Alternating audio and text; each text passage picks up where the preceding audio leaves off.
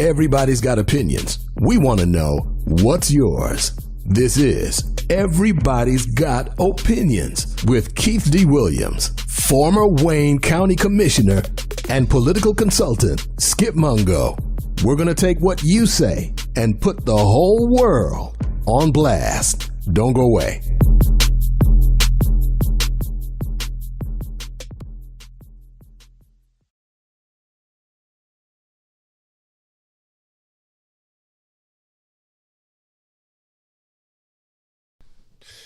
Welcome to Everybody Has an Opinion. I'm Keith Williams, and my co-host is Skip Mongo. We both political consultants.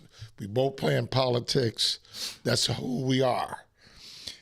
The show is about just we want people to call in at 395-336 and give their opinion about the subject matter that we're about to talk about. Today, Skip, I want to talk about to the listening audience is both parties ready for brothers like me and you? When you say both political parties, the main political parties, Republican and Democrat, are they ready for black men like me and you? No. Why you say that? Because look what happens with you and I every time there's a big election.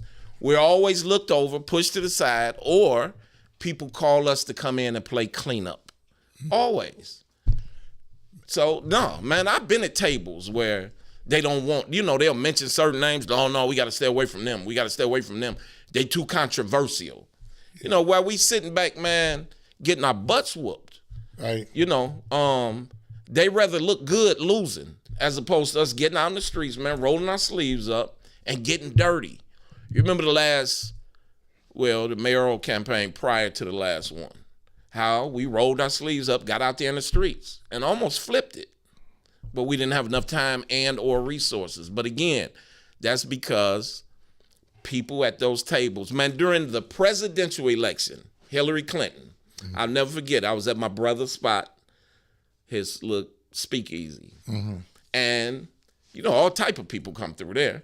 So just so happened there was a lady who was running Hillary Clinton's campaign in Michigan. She was over Michigan. So I had a conversation with her. And she's, you know, she knew the last name, Mongo. So she's like, why aren't you with us? Why aren't you on a payroll and this, that, and the other? And I'm like, no, we're going to do something about this. We're going to get you, we're going to get you involved. We're going to have you set up. I'm like, listen, all of that's good. I know your heart is in the right place, but I think of Jennifer Granholm, who she had to answer to.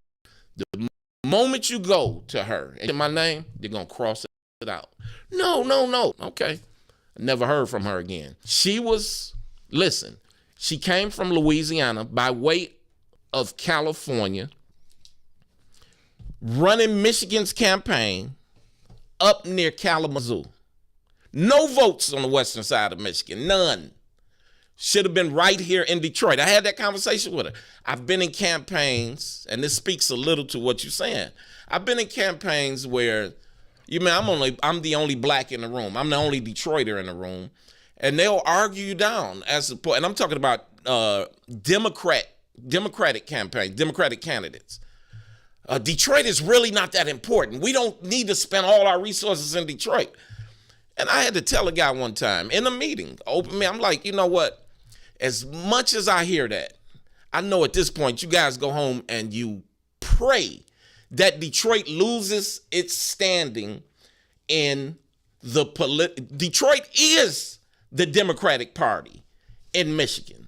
Without Detroit, no Democrats could win. However, again, I don't think that they're really interested in winning all the time because they lock brothers like you and I out. We know where the votes are, how to get the votes. Keith, when you ran for county commission the first time when you won, and you campaign places where people dare not go. Average politician wouldn't go. Tell them about the story. You walked up on some two brothers or a few brothers shooting dice in the garage. Yeah, me, I'm not scared. I'll walk anywhere to go get a vote. I think it was off of Dexter. I think it was on Philadelphia. They was in the garage, and they were shooting dice. And I asked the brothers, I said, do y'all vote? I said, I don't want to disrupt what y'all doing, but do you vote? And they started laughing. I said, 7-11. They had the dice. Right. 7-11. He said, brother, you know about it? I said, brother, I grew up around gangsters. Right. Okay. And so when I say this to Skip, I say it like this. I've been in both parties. I've been a Bill Milliken Democrat, a Republican, and I'm a Democrat through and through. Sure. When I got in Republican Party, I saw two things. I saw something that their focus was on. Their focus was on capitalism. Okay? And I'm gonna give you an example. The Republican Party, you gotta have a membership to get in, and the Democratic Party wants to keep you on the plantation. That's right. Okay? They don't want you to own no businesses. They want you to be subservient to the policies that they are pushing down our throats. Republican Party is about capitalism. They're about money. So I said, why can't you have the best of both worlds? Social justice and economics. That's right. Okay? And so my whole philosophy is in these Democratic politics, they're focusing on issues that are germane to them. That's right. Such as, you think about it, they playing this abortion issue. I ain't mad at them for that.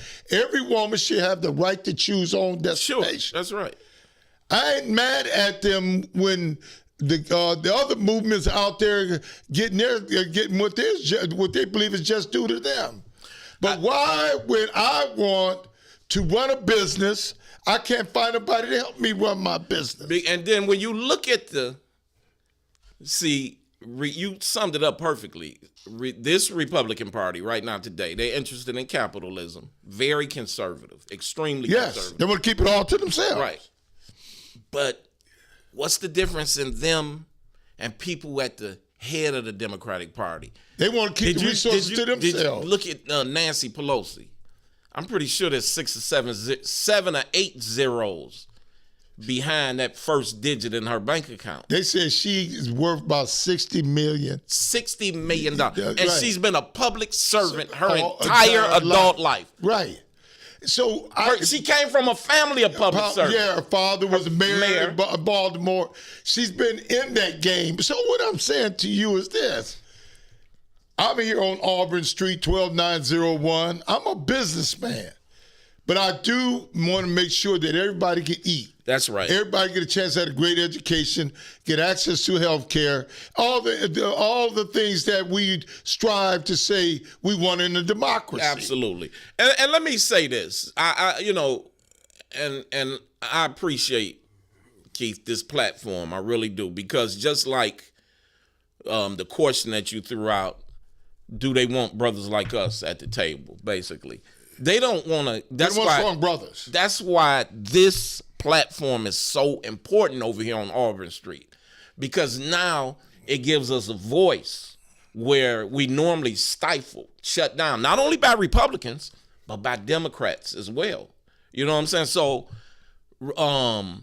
the Democratic Party, the difference in the Democratic Party and the Republican Party, because a lot of people look at you and say, oh, he used to be a Republican. Oh, my God.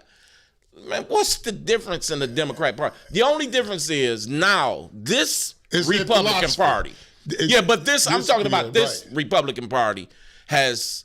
They're going to another level. Yeah, to a whole nother level. Yes. This don't even Bill resemble... The Bill Milliken Republican Party reached out to Coleman Young and said to do business. That's right. In 1978, that was my first taste of politics, Skip. Mm-hmm. Lowell Perry, who was my quarterback in high school, his father was a moderate Republican. Mr. Lowell Perry, who was going off to glory, and his wife, Maxine Perry, who's my mother. She's like my second mother, man. I love her so much. She helped me get acclimated to the political ways of doing business in the party. But these folks, man... Let me say this to you.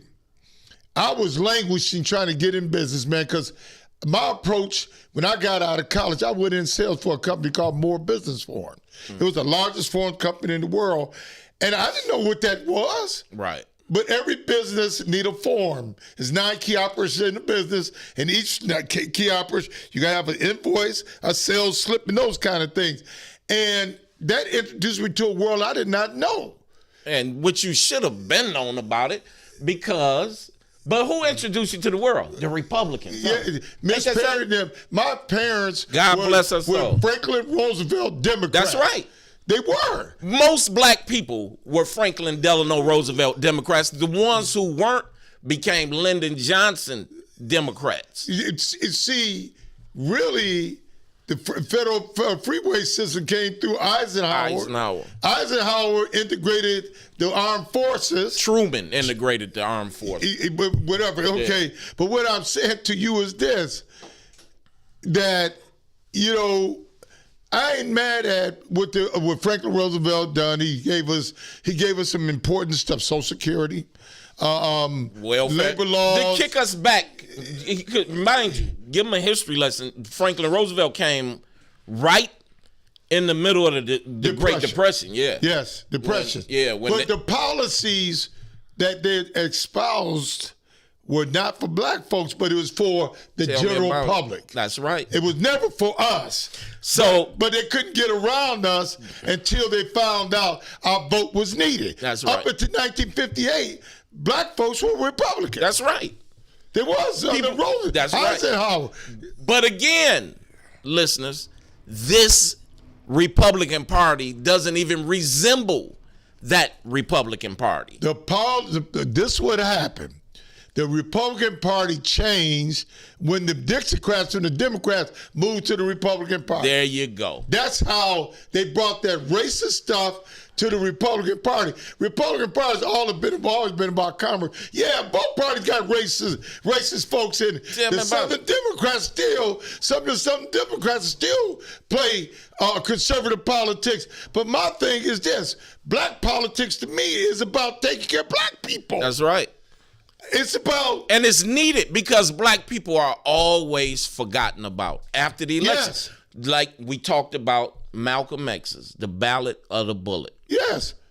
Man, one of the greatest civic lessons in history. Seriously, I urge everyone to listen to the ballot of the bullet. And it talks about exactly what you're talking about. Skip, I know for a fact, it ain't what I know, is what I've been through. When I was in the Republican Party, I met a guy named Tom Dupree. Tom Dupree was a part of he was chairman of the Ottawa County Republicans. Okay, when Bill Lucas ran for governor, that was the only county that voted for Bill Lucas. Really? Yes, his name was Tom Dupree. So we got to know each other. He got me acclimated to the Republican ways. I've been to Republican conventions. And I've been to a Republican convention. So this is how I got involved. They introduced me to Bill Schuette. Me and Bill Schuette became friends. Uh-huh. Okay, we have a call on the line, but this is the deal, man. So when I wanted to go in business, you know what Tom Dupree said? If you move to Muskegon, we'll get you in business. Okay? So we got a call on the line. Did you move? Oh, Okay. So this is what happened. Who was that called in? Ken Scott. Oh, Ken okay. Scott. My man. He's out there just selling that real estate. But let me say this to you. I went up there, they asked me to move, and I moved up there. This is what happened. How I got up there. Tom Dupree had a meeting with the bank. With the bank, Muskegon Bank. I was sitting where you sitting now? I was sitting over here, and the president of the Muskegon Bank was sitting there. So they got to talking. Tom said, I got this African-American young man, very intelligent. You know, he went through the whole spiel. And so the guy asked me, how much money you need? You fresh out of college? No, I was out of college, and I was just trying to find my way. I got you. I understand. I wanted my own printing company because I worked in a major company, and I saw how they was manufacturing and stuff. I said, why can't I do it? So I needed a place. I couldn't get nothing out of Detroit. They ran me out. It was all local politics that didn't want a brother like me who's born and raised on Livernois and Puritan on a street called Homer Street. Now I'm the only child out of 9 to finish high school and finish college. I always been the odd man out. So I went to Muskegon, and the guy said, how much you need? I said, $150,000. I said, you got it. When you gonna move? Not knowing I should have asked for more.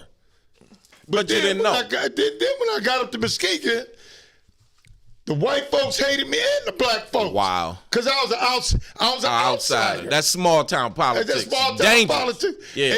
And I came up there, got something what they couldn't get. Yeah. So what I'm saying to you, I ain't saw a Democrat yet told me, Keith, I'm going to come over here and give you all the resources you need. Well, how much money you need? How much money you need? They told me, they asked me, it's in my book, A Black Man's Journey to Success. My book is coming out. I was working.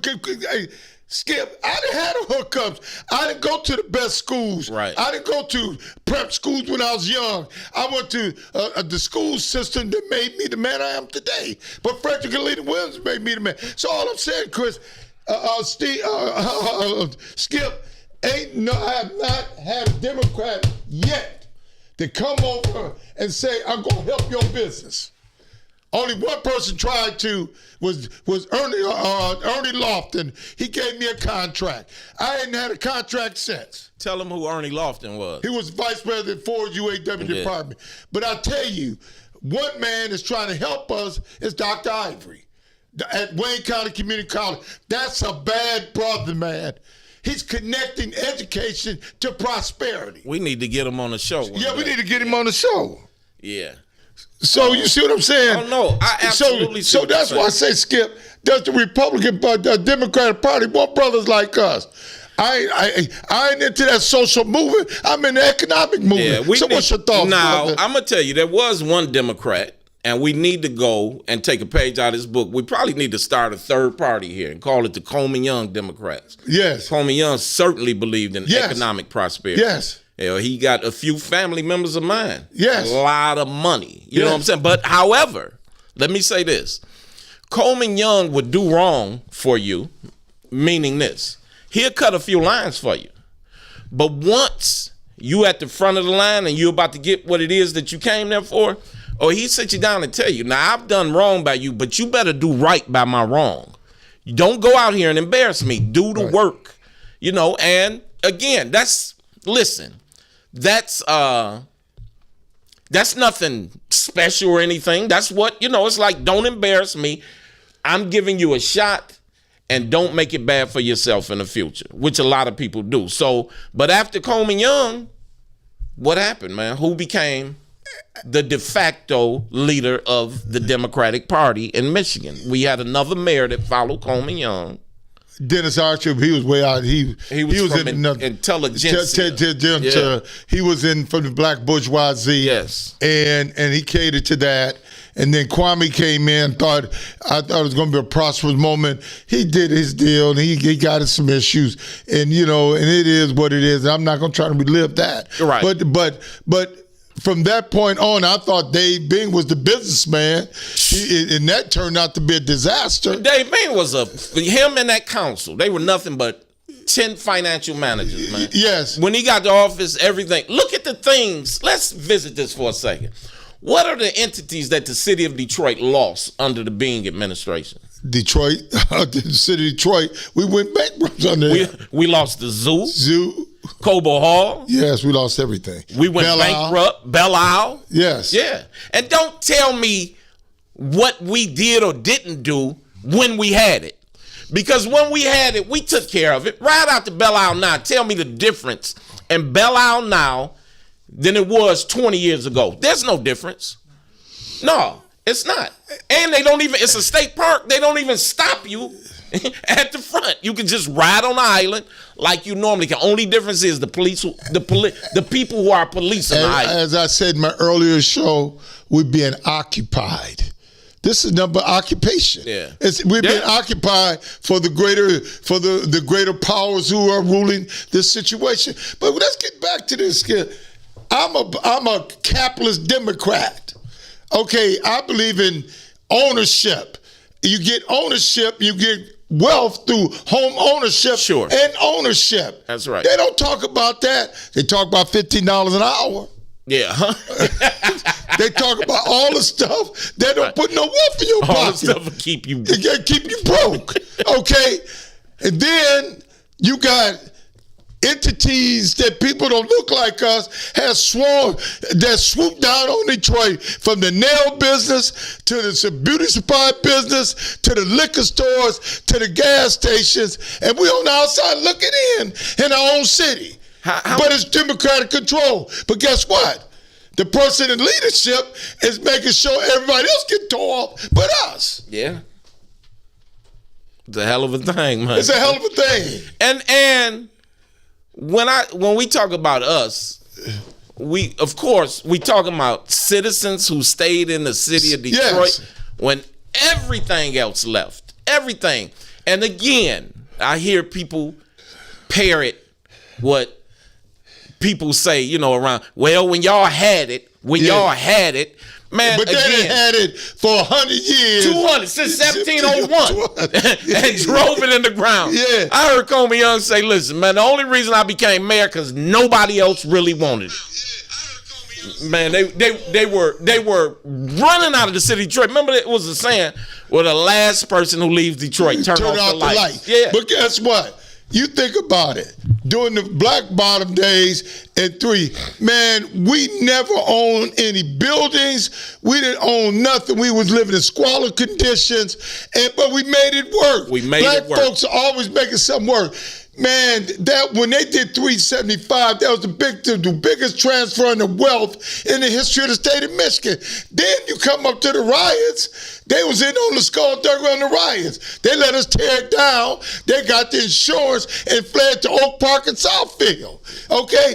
Then after that, you got the school takeover. Skip, they took over $1 billion, $2 billion operation. Took it over. Depleted the funds and gave it back. The funds. It happened on the Democratic watch, and it happened on the Republican watch. That's right. It happened on the John Engler, then Jennifer Granholm. That's right. But they're all sitting on in nice, lavish houses. Jennifer still is the Secretary of Energy, and she played us. Still sucking from the public trough. Yeah. But guess what? We get kibbles and bits. Yep, I would love to see her net worth. Yes, Skip. We keep getting kibbles and bits. And they always say this is the most important election of our lifetime. Yeah. Okay, but black folk, y'all just get in line. We're going to give y'all a few dollars. But by the way, all the wealth is going to them.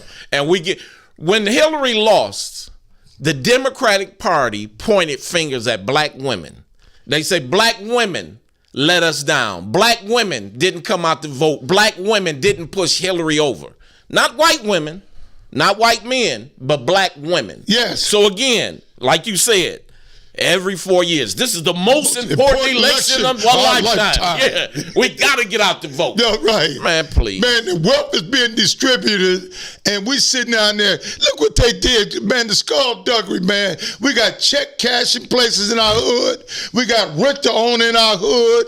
We got gas stations selling bad meat, stores selling bad meat in our hood, and we sit up here, and then you go downtown. It's like you in a different world. A different world. But guess what? We got to stop complaining. Yeah. You know, I posted this today, Skip. That's what I posted today. I said the intelligentsia has forgotten about Bewick and Mac. Yeah. Okay, now go and Bewick and Mac, all the dilapidated buildings, all the land that was houses once resided, guess who done bought it? My cousins. Our white cousins and bought it. Yeah. Okay, they riding their bikes, they got their dogs, and they got the land. And so you might look and say, well, what's wrong with that? Ain't nothing wrong with that. But no, let me tell you what the problem is. The resources. Yeah. Those who control the resources. Don't think for one moment that black folk who grew up over in that neighborhood, Right. who had homes over in that neighborhood, Right. do you really think over the years there's not at least one person who went to a bank and said, listen, this is my vision for this neighborhood. Yes. And they turned them around. Yes. Fast forward years later, Right. somebody come in from outside of the city of Detroit and say, hey, you know what? I want to move in the city and this is my vision. And they write them a blank check. They do like the guy told you up in Muskegon. What you want? He told me, he flat out, What you he need. said, Keith, what you need? Skip, I was so perplexed. I didn't know how to answer. I said, I need it just came out my mouth. Right. I need 150,000. If he's gonna give me 150,000, I should ask for $1 million. Yeah, he would have found a way to get He'll it to find a way to get it to me. That's right. Because I got validation from an old white Dutchman, Yeah. Tom Dupree, who's going home to glory. I don't have a Tom Dupree in Detroit to say, put my hands on Keith, say, what do you need? I don't either, Keith. Hey, And I've been around a long time. Everything, hey, these young folks got a term they coined. What they say, you get it out the mud. They get it from the mud. Everything we get it from the mud. Yeah. We gotta hump, hustle, borrow, steal, everything to make a way, but we make a way. Yeah. Think about what we would be able to do if we had banking institutions behind us. Hold on, listen to this, man. Let's look at the skip. We're gonna keep talking about this. Check this out. What does Highland Park and Inkster got in common? You tell me. No school system and no banks. Wow. How can you operate a city without a school? And how can you if you got money you want to deposit, you don't have a bank to deposit to put your money in? That's the foundation of a community. Hold bank, on, but a guess grocery what? store and a school. And guess what happened? It happened under Democrats and Republican watch. Yeah, Okay? Both of them ain't been kind to black people. you right. Okay? If the Republican pinch off a few votes, they win. If the Democrats can stop them from pinching off and win, they win. But do black people win? I'm not saying today, Skip, I'm not saying today that we're not going to vote Democrat. I'm a Democrat. I don't want to see Donald Trump in, but let me say this to you. The question is, he peeling off black men. Yes, he is, man. He's peeling off black men. A lot of brothers I talk to out here in the street say they Yeah. voting for Donald Trump. You know why? See, Donald Trump is a gangster, okay? Brothers like that kind of They brother. love it. They love that kind of brother. And then more importantly, Donald Trump said, I'm going to get rid of the FBI. Some brothers been through the FBI. They go ahead, He know how to cater to brothers. He know how to cater to the brothers. Hey, he catered to brothers at their worst situations, Yes, he okay? do. He ain't talking about how you get rich. He said, I'm gonna get rid of the FBI. First thing, man, I had a conversation with someone was telling me, I'm asking, man, why you voting for Trump? Man, two things he cited, man. Trump, man, he know how to get people paid. And, man, you see all them people Trump let out of jail? Okay. Hey, he'll let brothers out of jail. See, Trump, one thing about him, man, Trump is a marketing genius. Yes, he is. Yes, he's man. genius. That man is a marketing genius. Yeah. Yes. Hey, I can't stand him. He's a liar, a thief. He hates black people. A lowlife. He's a lowlife. But guess what? He know how to play. He know how to get to the brothers. Yes, see he do. See the Democratic Party, they all on other stuff. Okay? But they ain't catered to a black man. But you know what else, Keith? Go to show you the people at the top of the party. They can live with us or live without them. Yeah. Listen, because if they were really serious and winning, don't you know that Joe Biden would have announced a while ago that I am no longer seeking the office of the president for re-election. Right. He need to do the Lyndon Johnson speech. Right. Just pick it up and dust it off. No, I will not, what did he say? I will not something, nor will I accept the nomination from the Democratic Party. That goes to show you they don't care about winning, man. This man don't even know where he at half of the time. But he has. Let's look at. Give him a little credit. I give him a little credit, but not a whole lot. He dealing with Ukraine. He dealing with the Middle East. He got the inflation. The man has done a admirable job. But the bottom line is this: the man is not attractive. He's not an attractive candidate. I'm talking about winning, man. Hey, but see, his only thing he got going for him, he got Donald Trump. But now Donald That's it.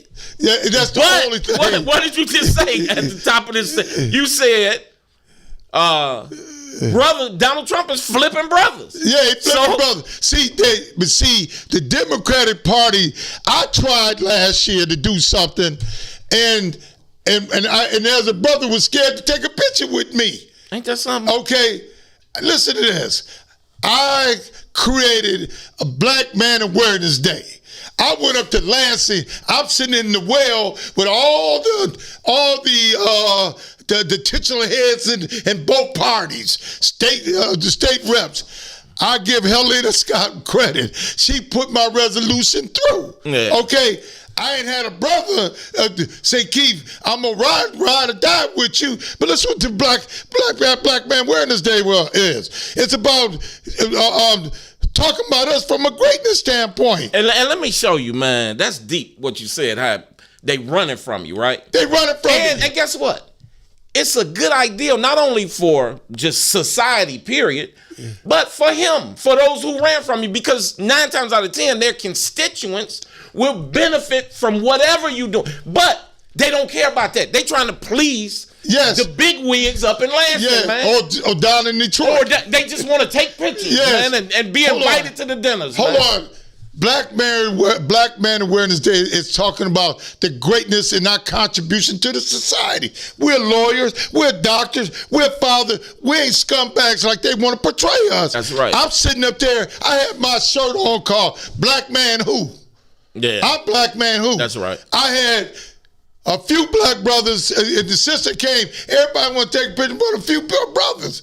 Now, come on now. What are you afraid of? You afraid of being black?